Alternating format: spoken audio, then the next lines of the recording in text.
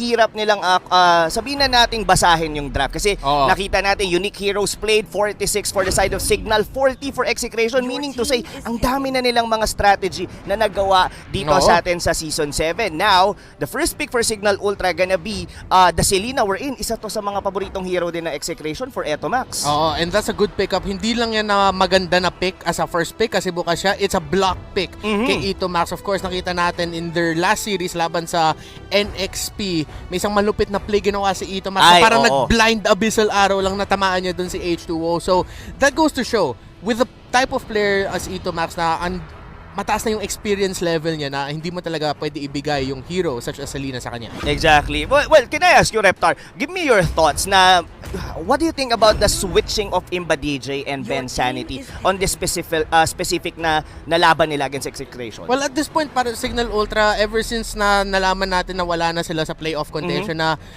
just you're playing, you have nothing to lose. Subukan mo na lang lahat. Kasi, again, para sa Cignal Ultra, pride na lang yung gusto nila na ayaw namin makatapos ng Season 7 na walang at least isang panalo sa series. So, just try everything you can. And, of course, because nakita din naman yung flexibility dito ng Cignal Ultra, pero baka hindi nga si Keke or si Ben Sanity yung mag-tank. Baka si Rhea eh. Kasi nakita nga natin si Rhea nag-tank eh. Exactly. That was their match yesterday against Aura PH. And mind you, mga kaibigan, nanalo sila ng isang game against Aura PH wherein nakita natin kung gaano ka-flawless maglaro during Series 1 earlier. So, right at this point, Cignal Ultra, they are, sabihin na natin, na hindi na nga enough yung points nila to be able to make it to the playoffs, pero hindi pa rin pwedeng sabihin natin easy peasy ang galawan ng Execration. Kailangan nilang todohin pa rin to kasi this squad, isa sila sa mga teams natin na laging matagal yung mga games kasi ang nagiging problema for Cignal Ultra is yung pagsara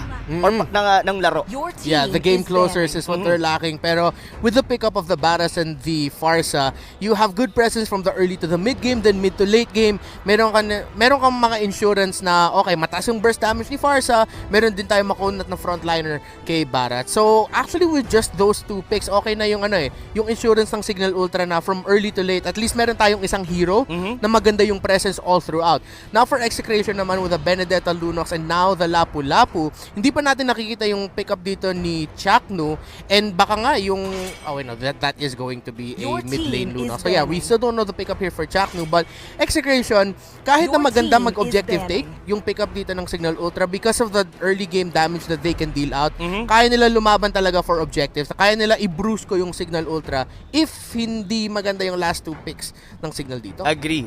And even this Benedetta from the side of Execration, hindi mo pa rin masabi if is this the Renzo that we used to see or is this gonna be Kel VJ's hero? Meron din possibility yun. As a jungler. And going back to my point, Reptar, nagkaroon kasi tayo na if ever this gonna be Renzo, most likely makakaharap niya dito is gonna be etong Barats. Wherein nakita natin yesterday with Work versus Bren Esports, that was Flap PC and 3 na nagharap, and so early pumapalag yung Benedetta, pero as the game goes by, mas na-out-sustain, na-out-damage ng Barats yung Benedetta, especially during team fights. And that's been the trend ever since nakita natin si Barats na nakabalik na sa meta, that it's a strong late game frontliner. So, yun nga, with the fact that they have the Selena and then the Farsa here, baka may possibility nga na yung Selena dito maging post 5 para sa Cignal, kasi nakita na natin yun a few times this season, and then yung Barats ay mapupunta sa XP lane nga. Possibly for, at this point, hindi na nga natin masasabi kung sino XP laner ng Cignal kasi switcheroo pa rin sila eh. Nagsuswitch na talaga ng ng mga roles eh. Though, as of late, is Aqua Boy yung nagiging kadalasan na nilang jungler sa mga recent games nila. And KK Dot, it was placed on the side lane on, I think that was Aura match ever. Pero kasi, Selena kasi, ito rin yung naging parang pagpasok ni KK Dot dito sa atin sa Season 7 eh. So, yeah. Exactly. It's confusing. So, I think ito yung isa sa mga challenge ng Execration sa draft na to. Kasi hindi lang sa hero picks, it's sino maglalaro, anong position. Yes. And I think at this point, yun na yung nagiging lason ng Cignal Ultra eh. Even though, yes, unfortunately, yung record nila shows wala pang series panalo, but the times na nanalo sila ng isang game sa series, yun yung lason na take in effect eh. Agree. So, at this point, looking at Cignal Ultra's draft ngayon, Reptar, we're sure that Kel VJ will be the one to use the Benedetta. Kasi, Lapu-Lapu and of course the Alice will be on the side lane. Tama ka kanina sa sinap. Or is this? May nakita tayo from Onyx. Bigla ko lang naalala. The Onyx PH, Kyrie, Lapu-Lapu on the mid. Oo, Kasi baka. there is also a point na Kelra is using Lunox. Yeah. Diba? So, potential yun. Unless Execration, sobrang surprising gagawin nila yung ginagawa ng EVOS Legends recently na nagtatank Lunox. Oh yeah, Evos. Ay, by the way, congratulations. They were sila the champion ng MPL Indonesia. And for sure, isa yon sa mga kaharap ng ating Team PH sa darating na MSC. Uy, Kufra, kinuha ata ng Cignal. Naku po. Kinuha yung isa sa mga comfort picks dito ni Chakno. Deny picks. So, ang daming deny picks para sa Cignal. And actually, early to late game, that's a good lineup from Cignal, pero mukhang mag-shine talaga sa mid-game yung lineup dito ng Cignal. Ang ganda ng power spike nila, like around level 8, mga minute 10, ganun. It seems so. Ang malaking tanong dito, what's gonna be the tank for Chaknu? Will it be the tank Shu? This is a possibility or meron pa ba silang natatagong alas dito para kay Chaknu? Well, for Chakno, I hope Execration isn't thinking about picking up the Tigreal. Hindi masyado maganda yung win rate niya so far this season. But yes, safer pick na yung Tank Cho na lang. Alright, so we've seen here mga kaibigan. So, once again, this is a must win for Execration as Cignal Ultra. Hindi na nga sila abot for the playoffs. Pero for Execration, kailangan nila tong panalo na to. As I've talked to some of the players of Execration, they were asking kung possible pa ba na umabot sila sa upper bracket. The answer is yes. Kaya pang umabot. They still have 3 series to play. This is the first and may dalawa pa sila sa week 7. If they could potentially get, sabihin na natin, 2-0 nilang Cignal Ultra. They are at 13 points right now. They could go up to 16 points. So, maaangatan nila ng konti ng isang puntos ang NXP. Though, may laro ang NXP right after the series. Yeah, and I'm pretty sure whatever happens here, titignan talaga yun ng Execration kung ano mangyayari. And for Execration naman, hopefully, and I think some of us have seen here the mga tweets na sa social media ni Kel VJ. And masasabi ko lang is, hopefully, for someone as young and as accomplished as him, pare, ang dami nang nagawa ni Kel VJ. I feel like, hopefully going into this game, wala masyadong pressure. Kasi yung gusto ko, ang ganda talaga ng response ng community kay Kel eh. I know. Kahit nga kay si Flap, nag-message kay Kel na, pre, ibahin mo yung mindset mo. So hopefully, yung mga magandang words na at message na sinabi ng community, yung community kay Kel, sana may effect yun sa kanya na positibo. Yes, well, it goes to show na ganon kamahal ng ML community si Kel VJ. And we all know kung ano yung mga na-achieve nilang series win, because based on what we've heard from the members of Cignal Ultra, some of the really nicest people sa well, all our teams are nice. But in Cignal, parang they're a next level of nice. So, hopefully at one point makuha nila yung series win. But then, again, kalaban nila ngayon, Execration. That's gonna be really difficult. I like what I'm seeing right now, no? Reptar na binabantayan ni Ben Sanity dito si Aqua Boy. Parang sabihin na natin a little bit of Lish na para hindi agad mapasok yung Farsa. Kasi pwede nating maiwan yung isang Farsa. Like for example, level 4 na siya. He has a potential na mag-feather airstrike and just wings by wings papunta dun sa mga teammates niya. Pero can you talk about me this, itong lineup dito or laning dito sa may top lane? The Barretts and as well with this Alice. Kumbaga, parang magpa-farm lang ba sila dito? Yeah, both of them have the potential. But then that's a very small window. Mga few minutes lang yun eh. Until eventually even out lang yun kasi both of them have really good sustain and relatively okay damage. Although lamang yung Alice doon. Yeah, and surprisingly, no, yung Barretts natin, parang each and every series na meron tayo dito, Reptar, madalas na siyang napipick. Oo, nagiging X-Factor na sa mga drafts eh. Uy, nahuli! Wow, that Abyssal Arrow gonna hit with Jack New, and that's gonna be the first blood for Cignal Ultra. A very good start para sa team nito, and look at the rotation that they have right now. A good pick off, at ngayon pwede nila tong i-transition. Sila dito pumupwesto na rin sila going into top lane, Reptar.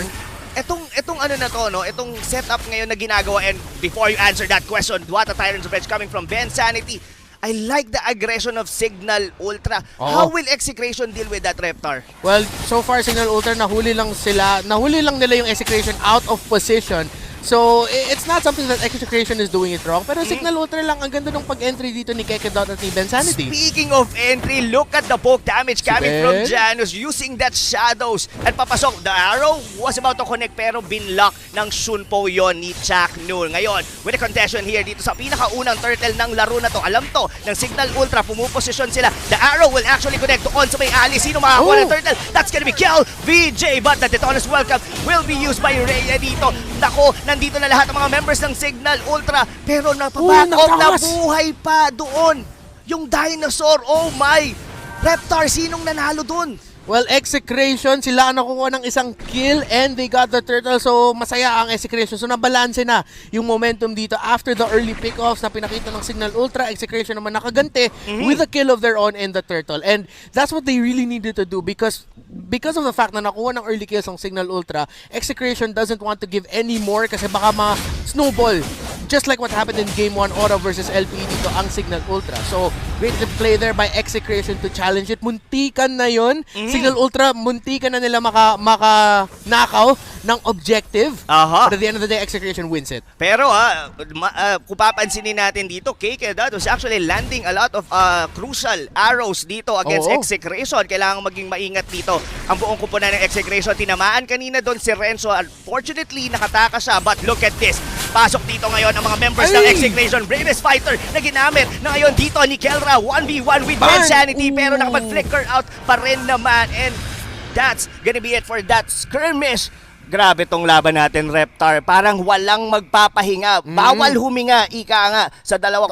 Well, recently, yun yung naging trend sa mga lapu-lapu players na hindi na masyado na lane hold lang ako, nasa lane nagpa-farm. Kasi nakita din na, uy, maganda din naman na kahit sabihin natin level 3 or level 4 lang, early game rotate na agad on the lapu-lapu, it works. And then if Execration can keep that up, baka mako-convert pa sila with 1 kill. Yes, speaking of 1 kill, itong dinosaur ang unang napili dito ng Execration. What a good pick-off dahil malayo din yung mga members ng Cignal Ultra. That's gonna be a possible energy shield na madi-deplete ng Execration on the top lane. And that's something Cignal Ultra has to look to try to stop and defend kasi Alice yung nakaka-farm doon. And then, of course, you want to delay the farm of the Alice. Kung makukuha ng early winter truncheon yan, man, the risky plays are gonna come in and baka masurpresa pa dito ang Cignal. I'm beginning to like Reptar dito na yung Benedetta is nasa kamay ni Kel VJ. Talagang ramdam mo siya all around the map. The Order of Brilliance will be used doon ng Lunox ngayon dito. The Turtle, 3 members. Ang ganda ng position dito ni Kel to do a flank sa Cignal Ultra with the bravest fighter. Even Renzo nandito na rin. Secure na naman ni Kel VJ yung Turtle and it's time for Cignal Ultra to disengage. Oh, but that's gonna be Abyssal Arrow to ito, Max. Baka may makukuha sila. Yun ang tanong pero hindi. The Chaos Assault was used para makatakas. Wow! Execration getting a lead at first 5 minute ng laro. That was already a 3,000 lead para sa kupunan na to. Yeah, but it's still a relatively close game. Cignal Ultra pinapakita nila na okay, if matatalo kami sa team fights or sa objective takes, susubukan namin naman mag-counterplay. And of course, Kekedot, parang naging E2 na to, or Keke Max na eh. Si Kekedot, tamang-tama din yung yung Abyssal Arrows niya. So, Execration have to watch out for that kasi sa sobrang haba ng stun ng Abyssal Arrow, baka yun pa yung maging turning point para sa Cignal Ultra. Oh, yes, yes. Pero so far dito, Reptar, we haven't seen the capability, but mamaya na yan because Renzo is going in pero hindi niya alam na nandito si Kekedot and he's about to get down pero nandito na ngayon si Kel VJ to save the day. Kekedot used the flicker pero patatakasin ba ni Kel VJ? Yes, makakataas but the Defona's welcome will be cancelled and he will get away. Sobrang clutch yung pag-charge ng Sword Intent pero pumasok pa rin si Janus. But pero wala. Poke lang. But yeah, a good thing Kel VJ was able to stop that kasi kung nahuli siya dun sa Detona's welcome, that would have been a kill to Janus or to Rhea. Yes. Like, sigurado. But then, again, clutch yung pag-charge ng Sword Intent, nakadash siya. Yes, pero ito look at Execration. Sila yung nagsiset ng tempo dito. From the top lane, may kita mo yung aggression na ginawa ni Renzo on the bottom lane. Kumbaga, kanina nandun si Kel sa tops, ngayon nandito naman siya sa baba. And that's one of the reason why I like na hawak niya ngayon itong Benedetta na to. He's all around the map. Kumbaga, Kel BJ against 5 members ng Cignal Ultra to, Reptar. Oo, laging may presence yung Execration na or numbers advantage in the objective takes because as well, because of what we said earlier, si Kelra early din mag-rotate pero Abyssal Arrow, walang follow-up for Cignal Ultra, so hinga lang muna dito ang Execration. Another turtle fight. Ang crucial dito yung positioning ni Aquaboy at saka ni Kelra. Yeah, speaking of positioning dito, sinimulan na ni Biansanity ang pagtalon pero wala siyang tinamaan. Makukuha ni Janus yung turtle na yun pero kapalit naman ang buhay dito ng Kufra. Dikit-dikit ang mga members ngayon dito ng Execration pero nasulit sila ng Feather Airstrike ni Aquaboy but eto, Max is still alive. Double kill pa nga dito si Renzo. And so far, that's gonna be 3-4-1 exchange. Doon nakuha naman ng Cignal ang turtle. Yeah, and again, Cignal Ultra got the turtle but then the threat of them playing for the counterplay. Potentially, based on what I remember seeing, I think Aquaboy kinonserve niya talaga yung Feathered Airstrike. Hindi niya ginamit for the turtle take. He used it for kung mas maganda na yung position ng Execration, counterplay Feathered Airstrike. And muntikan na, naburst down sila, but then of course, having a Lunox with the Power of Order Brilliance, hindi siya naka-receive ng damage, and then eventually si Ito Max pa yung nakapag-secure ng kills for Execration doon. And nakita natin doon yung burst potential from Aquaboy. From that far, nung nagkadikit-dikit yung 4 members doon ng X. Well, tama yung ginagawa nila so far, which is going for the counterplay. But then, the good thing about their lineup is because of the mobility of the Farsa and then the Hayabusa, meron din naman silang map presence para mag-split push. Pero baka ma-pick off dito si Renzo. Mukha nga, dahil ang ganda ng synchronization of skill. May pana from the Titonas. Welcome. Pero ang kunat nung Alice na yon. So far, KLVJ ngayon ang nanganganib na mamatay dito. Eto, Max is not enough to save KLVJ pero mukhang may kapalit naman yun. Reptar, mahabol na ba dito si Rhea? That's gonna be a no. And another pick off, an off-cam kill. Jackno na pick off ni Janus. Oh, what's happening ngayon, Reptar? 2-for-1 trade across the map kung saan lamang ang Cignal ult. Health niya talaga. For sure, dapat play safe, go back. But then, as we saw before in Aura versus LTE, potentially, Renzo baka pumasok ulit and then ma-reverse niya yung laro. Yung play na yon. And now, he's still continuing the fight. Baka mapitas pa nga siya. Napitas nga, binate niya. Alam niya na low HP na doon yung Barats. Alam niya rin na papasukin siya doon ni Eto Max. It's a good bait. Uy, meron. Meron siya, pero nakaabang dito si Ben Sanity just in case hindi siya tama ng Shuriken. It's gonna be a shutdown.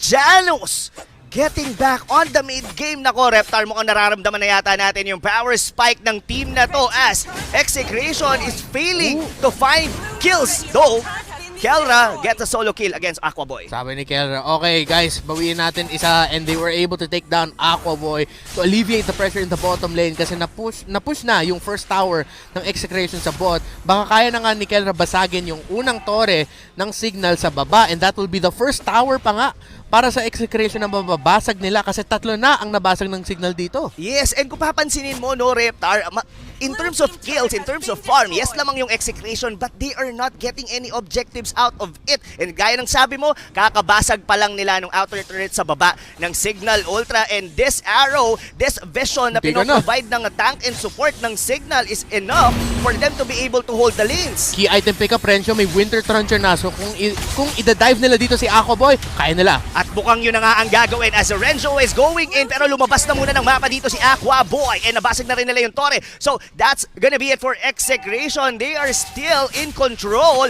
pero dito sa may top lane 1v1, and Rhea is just trying to go in against Kelra. So ngayon, Reptar, the Lord has already spawned. Sino kaya ang unang magko-contest nito? Pero mamaya na yun, pasok yata dito sila Ben Sanity, bakbakan na naman sa gitna. Janus takes a lot of damage na immobilize siya doon. He got a bit from that Alice, so tanong ko kay Janus if he'll try to heal up muna bago nila subukan kunin yung Lord. So far, Cignal Ultra yung may lamang sa Lord positioning, and then Kekedot nakakuha din ng information na meron mga miyembro ng Execration malapit sa purple buff. Execration can either play for the buff and then push mid, or then they can try to get a pick off and then mag-Lord naman sila. Pwede. I really like the strategy that you've mentioned. And ito, ako papansinin mo rito, both of the gold laners standing ganyan, even ditong si Aqua, look at his damage. Sumasakit na, mararamdaman natin lalo yan pag nabuo niya na yung kanyang Holy Crystal. Pero ito na, here we go. Mukhang papasok yata dito Execration. They are trying to find a target from Chakno with his Way of Dragon. Pero hindi pa yata ganun ka-confident ang Exe. Reptar, Sobrang cautious nila. Ang ganda nga nung pag back out doon ng Execration kasi alam nila the reason why na lumapit sila is kasi alam nila si Rhea nasa bottom lane pa. Oo. But since hindi sila nakahanap ng opening, Cignal maganda din naman yung defensive positioning nila. Rhea was able to find time na makasama doon. And then just when that moment na feeling na ng Exe, andito na ata yung Barats, back muna tayo. Nako, if I may ask you, dahil, well, sisimula na ngayon dito ng Execration or dinaanan lang nito. If I may ask you, Reptar, sa ganitong scenario na medyo nagkakapaan yung dalawang team kung sino yung kukuha ng turtle, sa ganitong battle, sino ba ang mas lumalamang sa battle of attrition, ika nga? Well, Aqua Boy is going to be key for objective takes para sa Cignal Ultra. Of course, the damage of the Farsa, but then he has so many to worry about. Pero the pick off by Chaknu! Sinubukang sipain doon si Ben Sanity but meron siyang flicker out. But eto Max! na, half HP, used the Order of Brilliance to get away. Pero nag-flicker in dito si Rhea. Used the Detonas, welcome binato. Palayo doon si Renzo. Pero Aqua Boy! siya yung binurse down, and look at Janus with the Ogi Shadow kill. Getting a kill doon for a double kill ngayon mga kaibigan. Apat na members ngayon dito ng Cignal Ultra. Pupasok dito pero si Kelra getting a double kill. Dalawa na lang ang natitira dito for Execration. Hindi pa sila hinihintuan ng Cignal Ultra. Mukhang ito na yata yung right moment para kunin ang Lord. Yeah, and Aqua Boy still alive. Hindi siya nahuli doon. Rhea was able to catch the Detona's welcome onto Renjo, and that was what opened up the opportunity para sa Cignal Ultra na labanin yung away na yon. But Kelra, nakabawi sila ng 2 kills. That's good news for Execration. It's gonna be a tough Lord Steel, man. Tough na tough talaga, but Aqua Boy will secure the Lord para sa Cignal Ultra. Ngayon, pumapalag-palag pa naman dito si Kelra. He actually got Janus. Ngayon, ito na ang counter-initiate ng Execration. Buhay na halos lahat ng mga members nila dito. 2 ang nawala sa Cignal. Hindi pa sila tapos as Renzo is trying to go in with the flowing blood. Pero ang malaking pasabog dito ng Cignal Ultra, Reptar, nakuha at na-secure nila ang unang Lord. And ngayon, si Kelra, man, if ever manalo dito ang Execration, baka siya yung maging MVP. Kasi yung efforts niya, the last 3 minutes to keep Execration alive in this game, yung entire exchange na yun, kung nasan 3 miyembro ng Exe na wala, nakabalik sila, na hindi nila nakuha yung Lord, pero nakasecure sila ng kill kay Janus. That was because, sabi dito ni Kelra, kukumit pa ako, lalaban pa ako dito, hindi ako suko. Hindi. Kahit still ang 2 na nga lang ni Chakno yung natitira doon eh. Oo. Pero just like that, Cignal Ultra winning that team fight and securing this Lord. Pero look at that. Ben Sanity with the Tyrant's Revenge. Pero alam yun ni Chakno and Execration would want to kill this Lord agad dito. Pero the Wild Dragon has been used just to defend himself. So ngayon, Reptar, Execration still in control as look at that, they are fighting 5v4 dahil nakahiwalay pa nga doon si Kelra and going into his item he already has a BOD, Queen Swing, Oracle, and Bloodlust Axe. Ganun ka-farm ang lapu-lapu na to. Yeah, hindi siya yung core, pero parang siya na nga yung naging core dito in terms of the items. But of course, Kel VJ not too far behind. Mga 2.3 gold lead dito si Kera over Kel VJ. But that's still good news for Execration. Naka-BOD na rin si Kel VJ, so he'll be able to provide the damage. But then it's good news kasi yung si Kelra, yung lapu-lapu, yun yung kailangan ng Execration. Hanapin si Kekedot at si Aqua Boy. That's why the Oracle pickup is really good para mabawasan yung magic damage. Oh no, as here we go. Looks like Cignal Ultra is eyeing for Kelra right now. Nakita nila dito si Chaknu. Renzo, bumalik na siya dito. We're about to get a fight. Pero tamang tantsahan lang muna rito, Reptar. Yung parehas na team, ayaw rin gumawa ng mga risky plays. Ang ganda ng disiplina ng dalawang teams. Even if Renzo has the Winter Truncheon, kinakalculate talaga ng Execration when is the right time. And they're doing it right kasi yung lineup ng Cignal Ultra, Reyes, Barats, 3-4 and 3, pero the presence alone of a Barat sobrang disruptive. Kasi kung may mahuli siya with Detona's welcome at walang makalapit from Execration on the backline kay Aqua Boy, as we saw earlier in the middle lane, that's gonna be a big win for Cignal Ultra in the fight. So again, Execration have to watch out for Aqua Boy and Kekedot here, pero easier said than done kasi ang ganda ng positioning ni Aqua Boy throughout the entire game. Hindi rin siya yung bastang pagka nag-team fight, pwede Spider airstrike agad-agad. Talagang naghahanap muna siya ng position. And look at him. He's really onto the back lines dito ng Cignal, Ultra, and Ben Sanity and the rest of the members of Cignal. Talagang nagpo-provide ng vision for the whole team. So, at this point, parehas yung team na merong capability to do segue or the side lane pushes. Of course, nandito yung ating Alice. We're in scaling.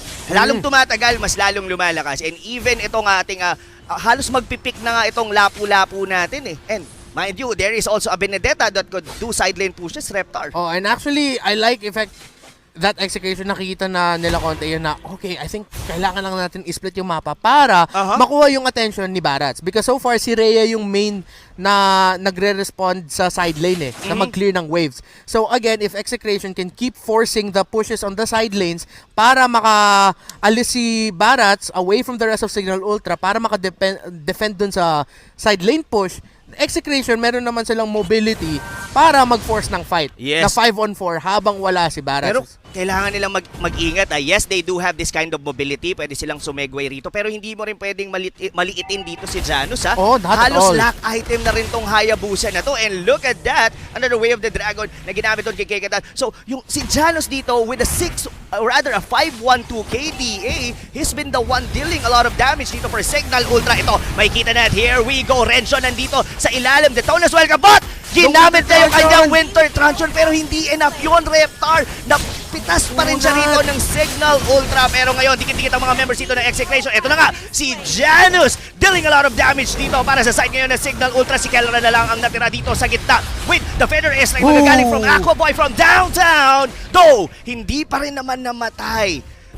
Oh my, pero ito, this would open up another Lord for Cignal Ultra. Kakasabi mo lang, Janus, ang ganda ng timing niya doon. Paggamit ng Shadow Kill, using it at the right time, of course, in combination as well with the disruptive presence of the Barats Execration, na-disrupt lang sila throughout that entire fight. It looked like messy execution for Execration, but then Cignal Ultra, ang ganda lang talaga ng galaw nila doon. Sobrang ganda ng galaw and another Shadow Kill na naman dito. Chakno, barely alive, but the flicker coming from Rhea will seal the deal. Order of Brilliance dito, ginamit na ito Max, pero pinabalik siya ng mga rocket, pero makakatakas pa rin naman. So far dito, halos dikit yung gold, pero Cignal Ultra, sila yung mas nakakakuha ng mga objective. Yeah, and we're starting to see again the problem of the Barats pick na kahit nga meron silang Lunox on the other side. For Execration, alam natin that Lunox has a lot of damage. Kinakain at kinakain lang ng Barats na parang walang problema lang.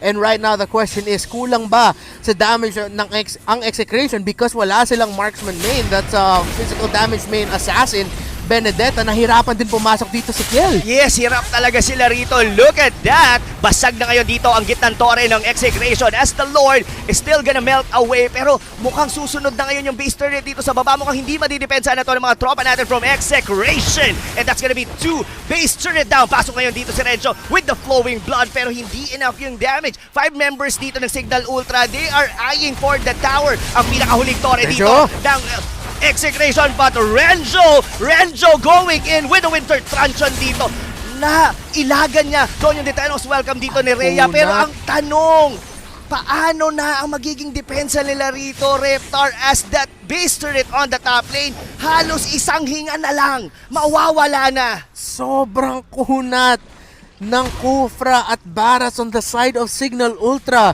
That was the best that Execration could do at that point, and natamaan nila yung abilities nila, mind you. Pero kulang lang si Renzo. Mind you, pumasok doon si Renzo pero hindi nila nakuha. Yes, nakuha nila doon si Aquaboy. And ito na nga ang counter-engage dito ng Execration as KLVJ is just trying to defend yung mga minion sa base nila. Pero still, Reptar, it's a clear win para sa Cignal Ultra as 4 members in ang nawala sa Execration. KLVJ will be the final hope of Execration para depensahan to, pero it looks like not gonna be enough. Dahil mawawala rin dito si The King as Cignal Ultra secures game number 1 against Execration. Grabe yung Barats pick.